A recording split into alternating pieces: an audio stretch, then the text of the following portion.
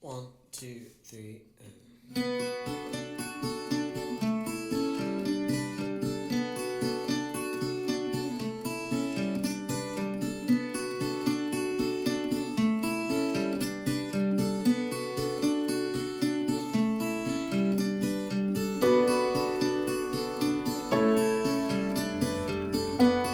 Hi, I'm Raf, and this is Digital Retro. One of the reasons I've made this channel was a little selfish. I wanted to get rid of my fear of public speaking, and the easiest way was to create something that was close to my passion, something that I'm confident speaking of: photography. And to my surprise, it worked. Kinda.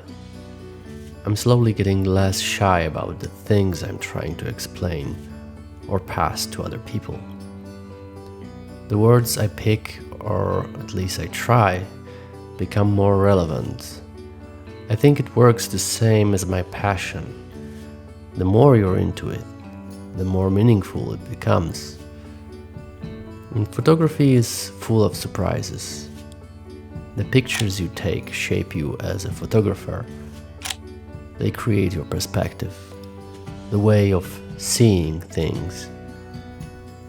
I'm really into the 35mm lenses, and I will always love this focal length.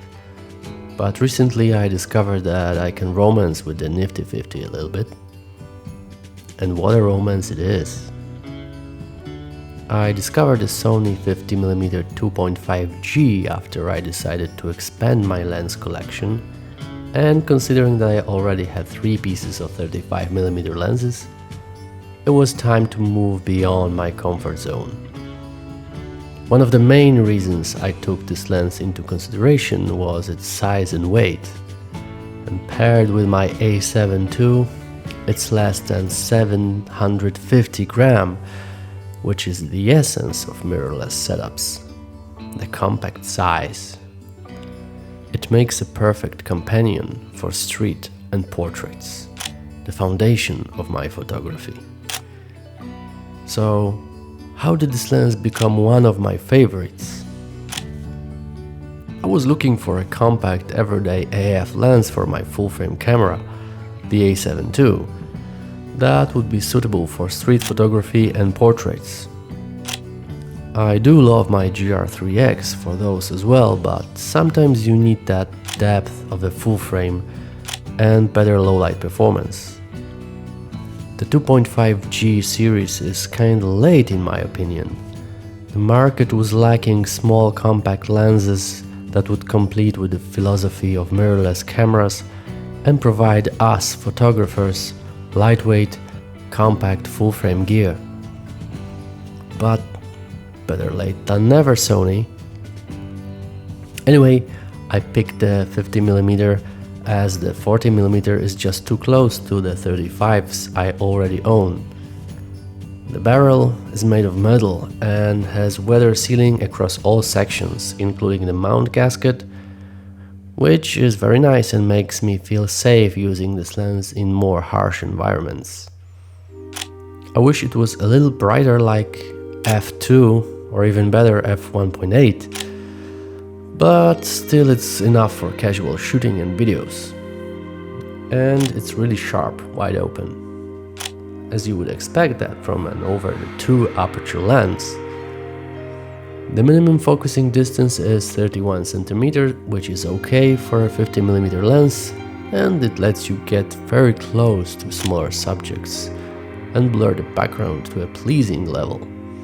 The AF is silent and reasonably fast, even on the good old A7 II, so I'm usually pretty confident while shooting this lens on the street or taking portraits with the face tracking or eye tracking mode. The manual focus on this lens works really good, and even it's a focus by wire, the focusing ring works really smooth and precise, which is very convenient in low light situations when you don't want to use the distracting illumination assist. For me, the greatest feature is the small size and pretty good maximum aperture of 2.5, which make this lens a good everyday lens. And this one sits on my A7 II for some time now, and I'm still getting used to it, but we are getting along pretty well. The aperture ring can be declicked, so it works fine both for photography and video. I'm actually enjoying the 50mm focal length due to its natural FOV and lack of visible distortion. It's also tighter than 35, so I don't need to be that close to my subject to frame it properly, which is convenient, especially when you are shooting strangers on the street. The 2.5 aperture may seem odd at first, and I kept wanting to get it below this unusual digit. But once I got used to it, all seems normal, and I guess I don't pursue that excessive bokeh anymore, but rather focus on the light and the composition. I guess this is a part of photographer's journey and experience you learn in time. And this lens made me shooting my full frame more fun and very close to my GR3X experience.